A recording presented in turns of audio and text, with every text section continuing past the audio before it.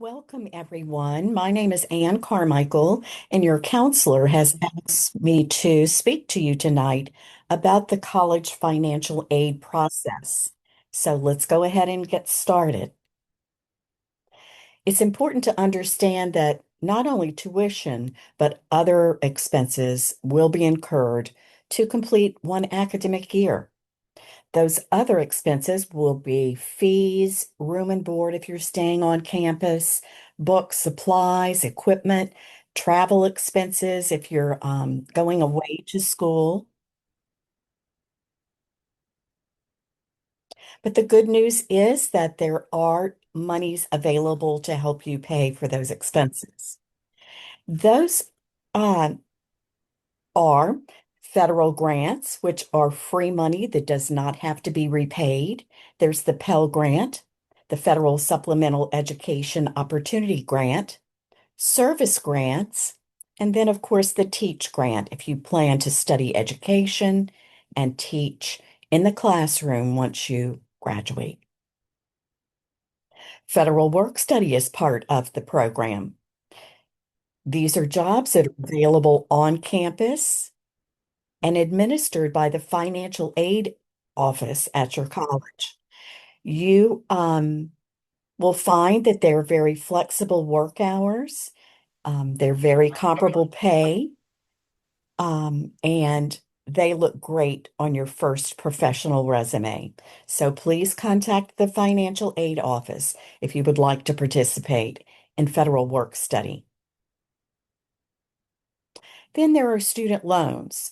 And although we all hope you do not have to borrow for your education, if you are offered a federal student loan by your college, it's important to know the difference between the offers. Federal direct subsidized loans are need-based loans where the interest is waived while you're in college or cease to attend. Direct unsubsidized loans are federal loans that are available for basically everyone. But with this type of loan, the interest is going to start accruing once the loan is fully dispersed. Parents can borrow on behalf of their students, and also there are dollars available for graduate school. All of these monies can be used at 2 and 4 year colleges, career and technical schools, for accredited online programs, um, and for regular classes. You must complete the free application for federal student aid or the FAFSA to be considered for those dollars. If you choose not to complete the FAFSA, remember that you will have to go online on the TOPS website and complete their application. But if you complete the FAFSA, that serves as your TOPS application. You're also going to miss out on Pell Grants, work study, the Louisiana Go Grant, of course, federal student loans, and some private scholarship programs and grant programs are contingent upon completing the FAFSA. So make sure that you're checking with those organizations. Now, who can complete a FAFSA? Of course, U.S. citizens or nationals, those with a green card or arrival departure record, or those with battered immigrant status, and those with a T visa. As long as the student holds one of these documents, he is eligible for federal student aid. If his parents do not hold one of these documents, then there are a couple of extra steps that he'll have to go through, but we're happy to help at Leela, and I will provide you with our contact information at the end of the session. Before you begin the FAFSA, you'll want to collect all of the documents you're going to need to complete the form. You're going to need to create your federal student aid ID. You will need to grab your Social Security card, your federal income tax returns from 2024, along with the W-2s from that same period. And then you'll need a record of your bank and brokerage statements as of the date you submit your FAFSA. You will get started by creating your federal student aid ID. The web address is at the bottom of this slide. You can go directly to this link and begin to create your ID. Remember to have all of your identification documents with you so that you can create it accurately. Next, you'll begin the 2026-27 FAFSA form. That's because you're applying for aid for the academic year that you're going to be in college. So your freshman year in college will be considered the 26-27 academic year. You will use your federal student aid ID username and password to log in and identify your role. Federal student aid recommends that the student begin the process. The parent can begin first if he chooses. However, it's a little bit more complicated. We're going to assume this is a dependent student, and we're going to go through what the student will see as he moves through the FAFSA. He'll be asked to provide his state of residence and the date that he became a resident, and then provide consent to have the IRS transfer his tax information um, and drop it into the FAFSA. And this is going to save a lot of time and possibly errors. Now, if the student refuses to have the IRS drop their info in, they will not be eligible for federal student aid. So even if you did not complete a 2024 income tax return, you still will need to allow the IRS to check your file. This is what you'll see as the IRS is importing your data. Hopefully you will not see this screen, but if you do, this means that the IRS could not transfer your info in, and you will need to manually report. We're always here to help you do that, so please stay tuned to the end of the presentation so I can provide you with my contact info. The student will move into the personal circumstances section, where he will be asked to report his current marital status, his college or career school plans, and even if you have taken AP courses and you've received credit or you participate in dual enrollment, that's great. And those classes will count, hopefully, toward your freshman year. But regardless of courses you've already received credit for federal student aid purposes, everybody in the class of 2026 will want to report that they are first-year freshmen. The students will be asked to consider a list of questions to determine whether he is a dependent or an independent student. You can see some of these questions are if the student has children that he financially supports and provides more than half of their financial support. At any time the student turned 13, was he an orphan, a ward of the court? Was he in foster care? Was he an emancipated minor? Or was he in legal guardianship? So read that question carefully. If you find yourself in a situation like this, there's a difference between legal guardianship and legal custody, and that will all be explained to you if you press on the I within the circle to the right of that question. Is the student homeless or at risk of being homeless? So what if you cannot answer yes to one of those questions? But you have some unusual circumstances. You will report that here. But what are unusual circumstances? Maybe the student has been abandoned or estranged from their parents. Maybe he's left home due to an abusive situation. Maybe the parent's incarcerated. You will want to list that you do have unusual circumstances, and then you will begin to work independently with the financial aid office through an appeal process.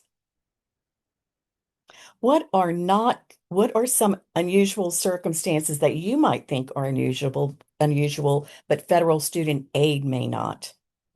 The parents state that they don't claim the student on their tax returns, and that's fine. We're not concerned with claimed who on their tax return. We're looking for the parent or parents that provided the student with financial support. The student doesn't live with their parents, or the parents don't want to provide information because of privacy issues. Or perhaps your parents say that they are not going to be contributing to your education expenses.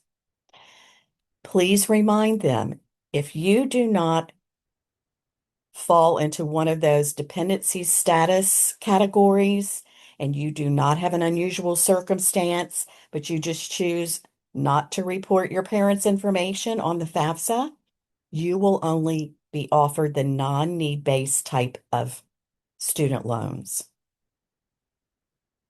If you do have an unusual circumstance, as I mentioned, and it's a valid one, you will reach out to the financial aid office or offices at the schools that you're considering so that they can make a professional judgment to determine if you are eligible for additional financial aid.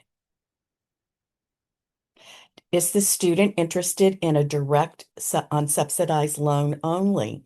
No, you want to be considered for all forms of federal student aid. You'll move then into the demographic section where you'll report your sex, your race and ethnicity, and your citizenship status. Report your parents' education status. So if neither of your parents attended college, you will be considered a first-generation college student, and you might be eligible for some additional resources on your college campus. What is the student's tax filing status? And then, do you have a parent who was killed in the line of duty? And that will include, of course, um, serving on active duty in the armed forces on or after the events of 9/11, or performing official duties as a public safety officer. If you've lost a parent due to one of these issues, please report that because there are dollars available to help you complete your academic year. Students will report their high school completion status and then move into the financial section. Is the student single? How did he file? Single, head of household, etc. This looks like the student may have had trouble transferring his information in from the IRS, and he is having to manually enter this information. What are the student's assets? You'll need to tally the sum of your savings and checking accounts and any cash you have on hand and enter it here in this field. Does the student have any investments, including real estate? Does the student own any businesses or farms? You will need to report the current net worth of those investments and then move on into the college selection section. You'll want to, probably before you begin, kind of make a list of schools that you are considering. And you want to add all of those schools. Even if it's a long shot, please add them to your FAFSA so you don't have to go back in later and add them. This student has already began his list. He can add up to 20 colleges to receive his FAFSA data because federal student aid is not going to just send out your demographic and financial aid, your financial information to every college in the country. You have to give them permission to do so. The next step is very important, and it will help the student determine which parent or parents will serve as contributors to his FAFSA. But let's just quickly go over who is considered a parent contributor. If the parents were never married and they don't live together, then the student will select the legal parent who has provided him with the most financial support in the past 12 months. If the student's parents are unmarried, but they do live together, both parents will have to report, and the same goes for married parents. Now, what if the student's parents have separated, they've divorced or they're widowed? If they remarry, you will want to report that legal parent and then the step parent. And then again, if the parents are divorced or separated and not remarried, you will select the legal parent who provided you with the most financial support in the past 12 months. Many students say, well, my parents share that responsibility and it's the same amount. They both provided me with an equal amount of financial support. Then you will select the parent with the greater income and assets.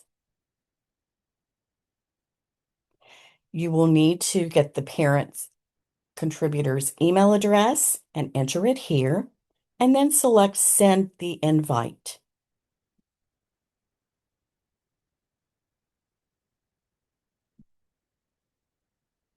You can see here that they have provided you with an invite link.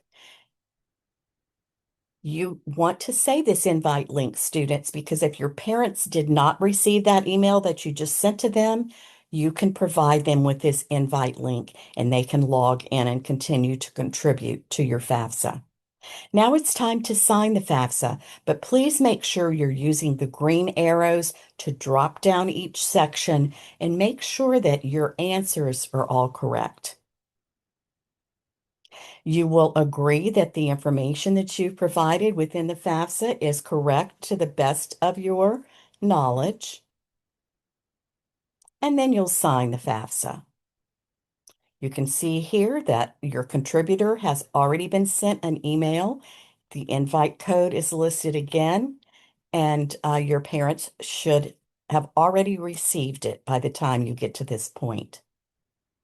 There's a lot of great information and there are many resources available. So please follow through and read your responsibilities as a FAFSA submitter.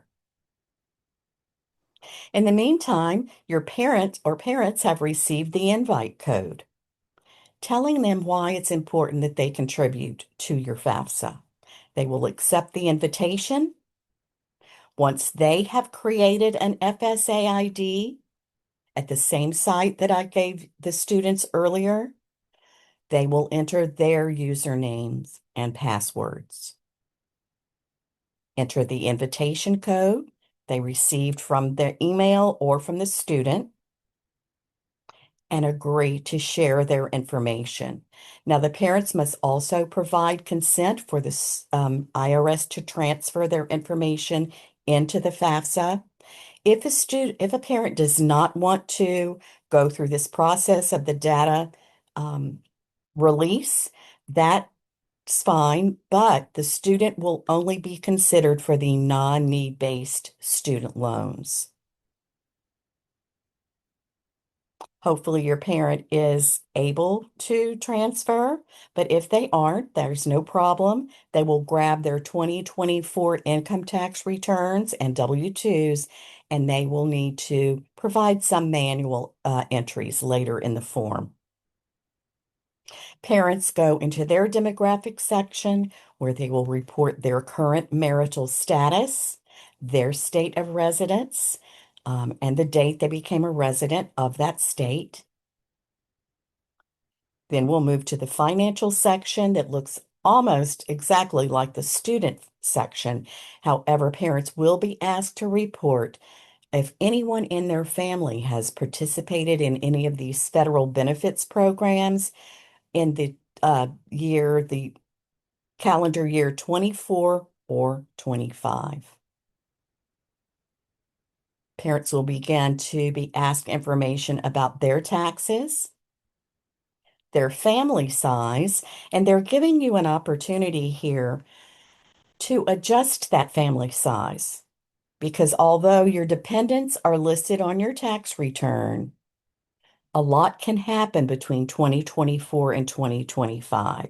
So make sure you are giving yourself credit for any additions to your family or removing any family members that are no longer dependents.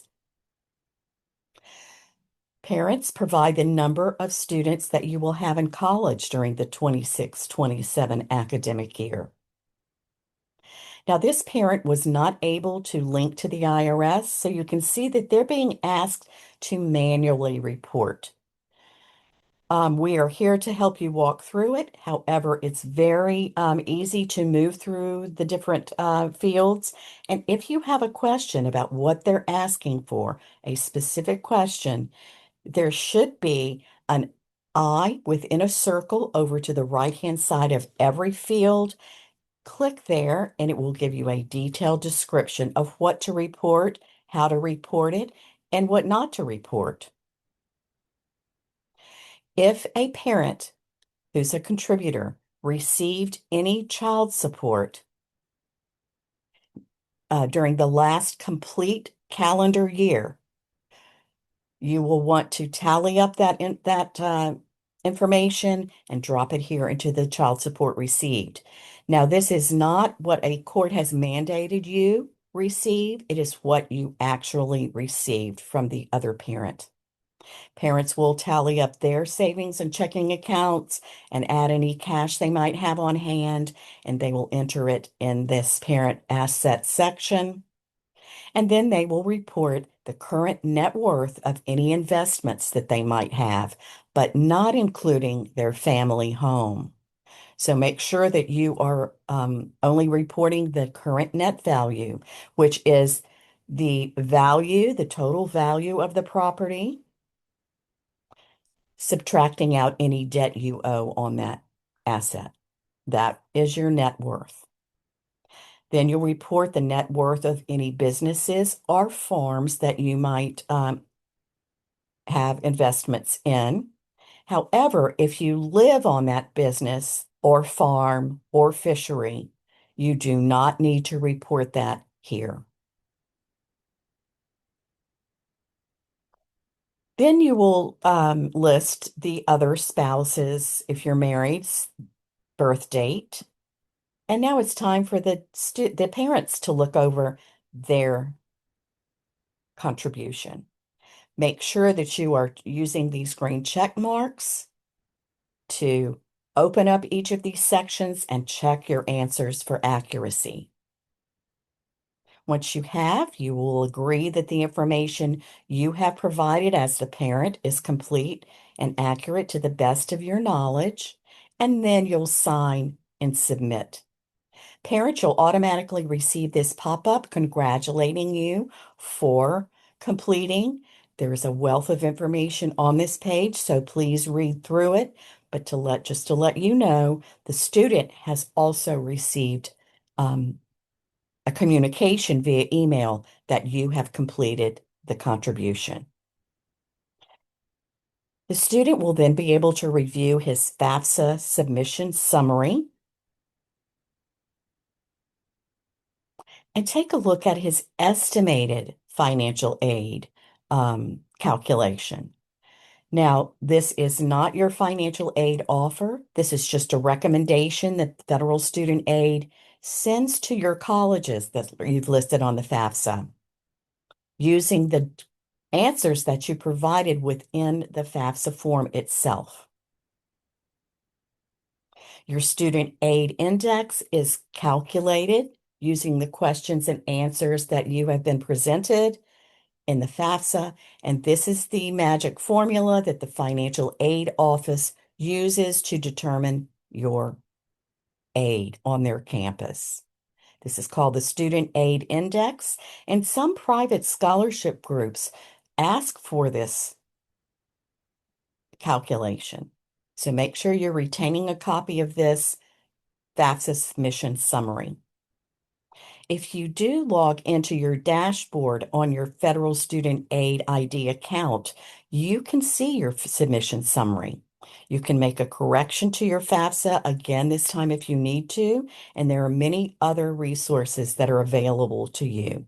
So please take advantage of them. You'll be able to look over the schools that you listed on your FAFSA. You can do some research about their graduation rates, their annual cost, maybe their default rate. So this is all great information for you to keep on hand. And then, of course, additional resources for you. So what happens once you submit your FAFSA? Your information is processed through federal student aid, which usually takes 3 to 5 business days. And at that time, your SAI is sent over to your college financial aid administrators on the different campuses that you've listed on the FAFSA. They will review your FAFSA data and they will start to determine what your net price is going to be. They will determine your cost of attendance, whether you're staying on campus, off campus, in an apartment, if you're living at home, that will all determine your cost of attendance. They will look for any grants and scholarship dollars that are available on their college campuses to encourage you to come to their school. And by subtracting that from the cost of attendance, they will be able to tell you your net price, which is your responsibility for paying for the 26-27 academic year. The colleges will begin to work on your financial aid offer. They don't all look like this, but they should all show your total cost of attendance, line itemed, your grants and scholarships that the university can offer you on their campus, any student loans dollars that might help you pay for that net price if you have not saved it. And then, of course, if you're interested in federal work study, that's an option that might be listed on your student aid offer. If a college learns about students who've received scholarships from outside organizations, those will also be listed on your financial aid offer. If cost is important to you and the price of attendance is important to you, then you will want to take all of your aid offers and lay them side by side and begin to do your homework. If price is an issue, you should be able to get all the answers you need from your offers. You definitely want to, first of all, accept all of the scholarships and grants that you're offered. That's free money that doesn't have to be repaid. So accept that first. Next, you'll want to accept a federal work study position if you feel like you can work and attend school that academic year. That doesn't have to be repaid because you've already earned it. And then your last choice should be student loans. But please have a conversation with your parents about loans and the responsibility of borrowing. If you do find that you need to borrow additional money to help meet that net price, be sure that you're doing your work, your research. There are federal loans, there are private loans, and LELA offers a nonprofit education loan just for Louisiana citizens. So make sure that you understand how much interest you're going to be responsible for. Which brings me to scholarships. I know you've all probably been diligent about looking for those dollars that are going to help supplement your education. Please continue to do that because every scholarship dollar you earn is one less dollar that you're going to have to borrow. So they actually will reduce your student loan debt. So continue to look for those scholarships from community organizations. Perhaps your parents work for a company that offers scholarships to its employees' children. Um, your college counselor, your college admissions officer might know about some scholarships that are available on his campus. And then your counselor is the best source of those scholarship resources. Leela offers a $1,000 FAFSA completion scholarship. This is a random drawing. A winner is selected every month during your senior year, and you will stay in the drawing throughout the academic year. Um, so you'll have many chances to apply. So if you would like to snap a copy of this QR code, it will take you directly to the scholarship, and you can apply now because it's for students who have completed or are planning to complete. We also offer a Choose Louisiana scholarship that's awarded in the same manner. This is for students who choose to stay in the state of Louisiana and attend a college here. So this is for students planning to go to college in Louisiana, for maybe you have siblings that are already in a college here, or it can also be used for graduate school. Our FAFSA completion guide is hot off of the press and being mailed out to your college, your high school counselor. So make sure that you receive a copy of yours. If you want an electronic copy, you can email me directly and I'm happy to send that over to you. Now, this is the time that I usually say the FAFSA for the 26-27 academic year opens on October 1st, but you can participate in the beta program. However, you're the first group that I've been able to announce that the FAFSA opened this afternoon. So if you want to get started after our session, please do. We also offer a senior checklist with tons of resources and links to different scholarship opportunities.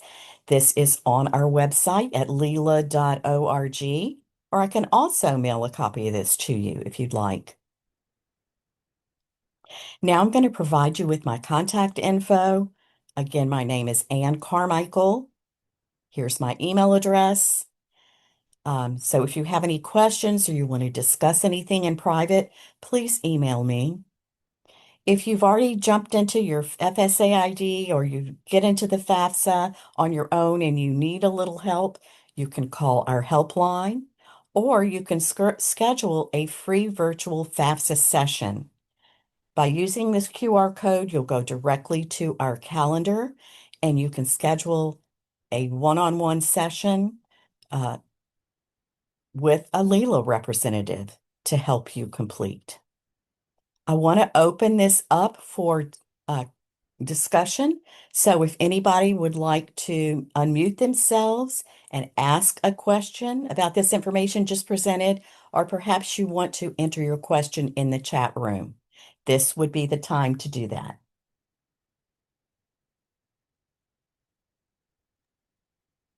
I have a question. Can you hear me? Yes, Okay, I have a daughter who just completed college and we've done the FAFSA for her, but it's been a couple of years since we did it. I had an ID and everything then. Do I need to use that ID again or do I get a new ID? that's a great question. Your ID is your electronic signature, and you will keep that throughout your lifetime.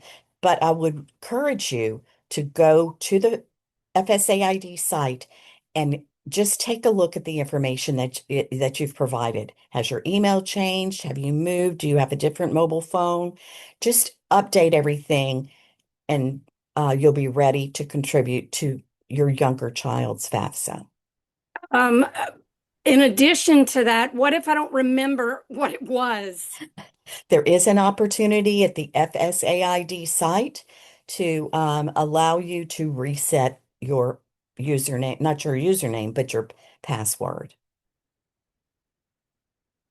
If you need help, please schedule a free session and we'll be happy to help you walk through that.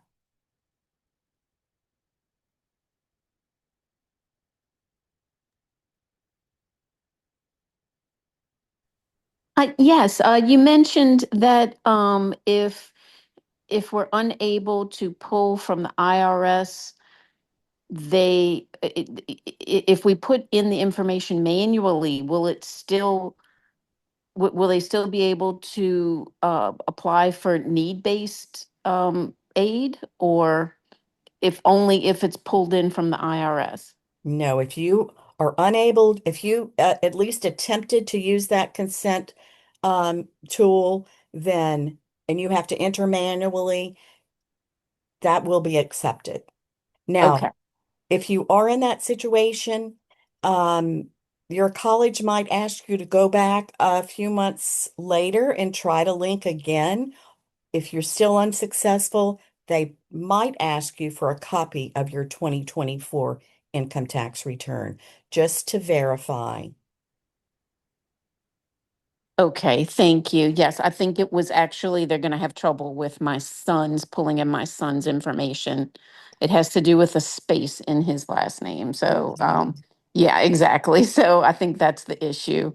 So, Yes, yeah. So, okay. All right. Thank you for the information. I appreciate it. you're very welcome. Hi, I'm sorry. I jumped on a little bit late, but we currently have a child that is in college, so I have a parent FAFSA ID number. Should my younger son, though, start the process, open up his own account, and then that will generate the email to me as a parent? That is correct. Okay, Um, he will create his FSA ID because every student needs one in addition to the one parent, at least one parent. Um, so it's best if he goes ahead and completes that process, and then when he logs into the FAFSA with it, then he'll be able to send you the invitation. thank you. You're welcome. I have a question. Yes, What if your son is 17 and he's never filed taxes before? What is, go most ahead. haven't. So I know it seems silly when we say that. However, the federal student aid has to confirm that everyone who states that they did not file a return actually did not file. So he will still go through the process. He will still give consent to have his information transferred. If there's nothing on file, that will alert the FAFSA group that he did not file a return. Okay, great. Thank you. You're welcome.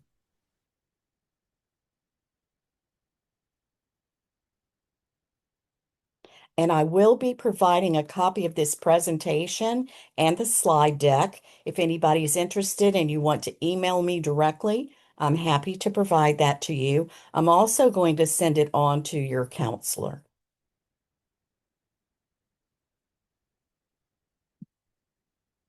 Let's see, here's a question.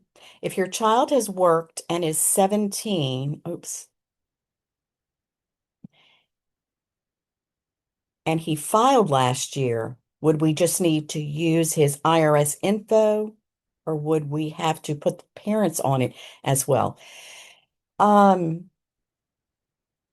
if the child worked in 2025, he does not have to report that income. This is only any income that he earned during the 2024 fiscal year. So if he did not work in 2024, then that will not be a concern. Now, later, when you receive an invitation to contribute as the parent, of course, you will also go through the same process. And I hope that answered that question.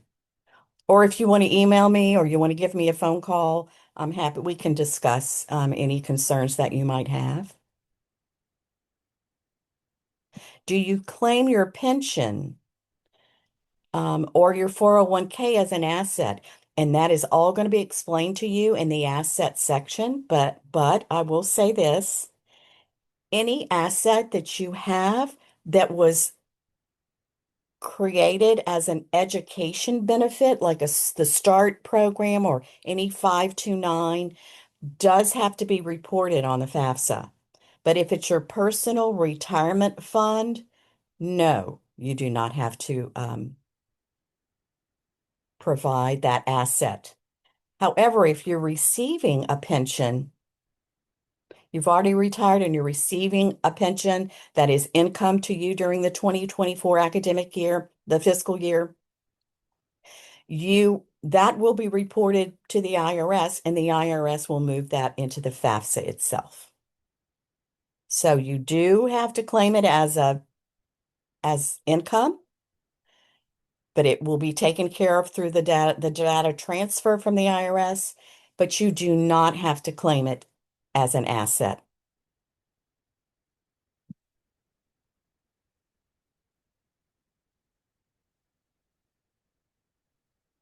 Anybody else have a question?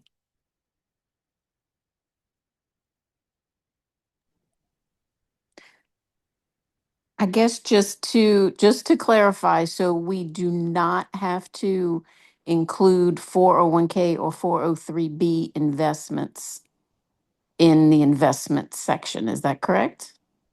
If it is, if it is your, if it was created for your retirement, Yes. if a 401k, you do not report, you, Okay.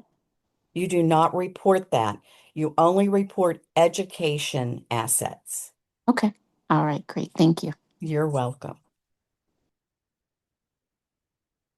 Okay, so I'm assuming a parent was in a car accident and it impacted his income, and this is a great question.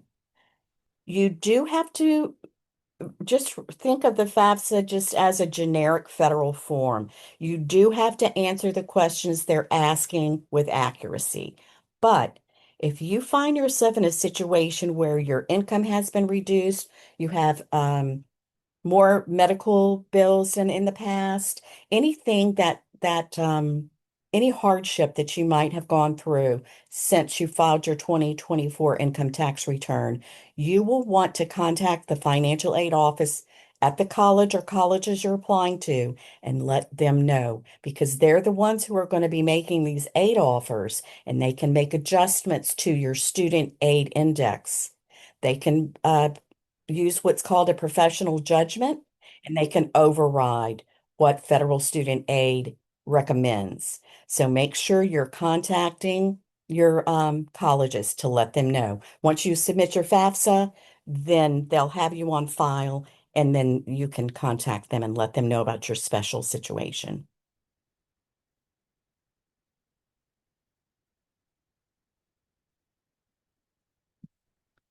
If both parents file taxes together, does the student send the invitation to each one individually? That's a great question too.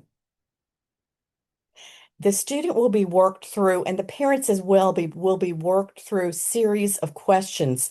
It uses skip logic. So if you mention that you're separated or divorced, it's going to then begin to ask you questions about the other spouse. However, if both parents are married and living together and they file married jointly, only one person will need to create a federal student aid ID. The purpose of that ID is to be able to link to the IRS to draw down all the income that everyone, both parents, all the adults in that household have earned during 2024. So will be included on one tax return because you filed married jointly. Now, if you file married separately, you will to provide, each need to create an FSA ID and link to the IRS separately.